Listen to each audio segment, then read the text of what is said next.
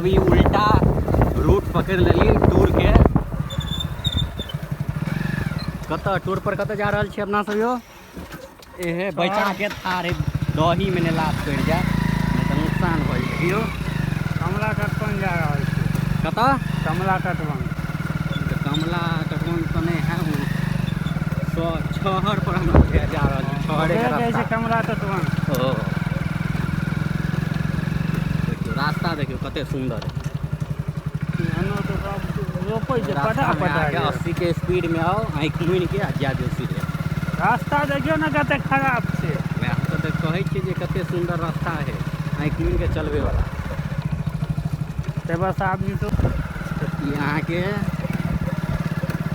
चढ़ान भ गेलै ने। चढ़ान हाँ जा दियो 80 के स्पीड में, नहीं तो रुक जा तब पीछा में ढोल का पड़त। एक गियर कर देंगे बढ़िया स्पीड में जा देखिए। नेटान है उतरा पड़ते हो, नेटान हाथ गाड़ी का उतरा पड़ता है। हम रहते तो चढ़ा देखिए, नहीं तो खराब हो जाएगा।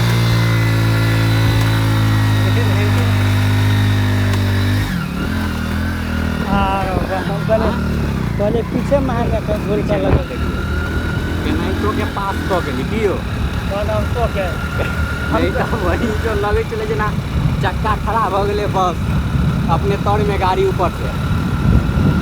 स्टॉपेज हमरा यहाँ जगह है देखियो, नवका दुकान आके तक खुल गए। देखे छे गर्मी में गांव से ज़्यादा अहाँ के सुकून छहर पर मिलत कि यो। साँझ आ भिनसर आबि के देखियो, ई सुकून अहाँ के गाँव घर में नहीं मिलत।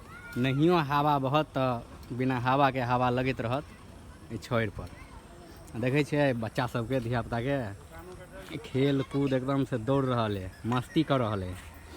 आ घर अंगना में रहते तो सब परेशान की बुझलिए गर्मी से, लेकिन तो खेलबो कूदबो करे तो ओते गर्मी महसूस नहीं होय छे की बुझलिए।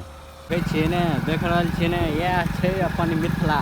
ये हरियाली ये पेड़ पौधा की हाँ यो देखियो वाटर पार्क।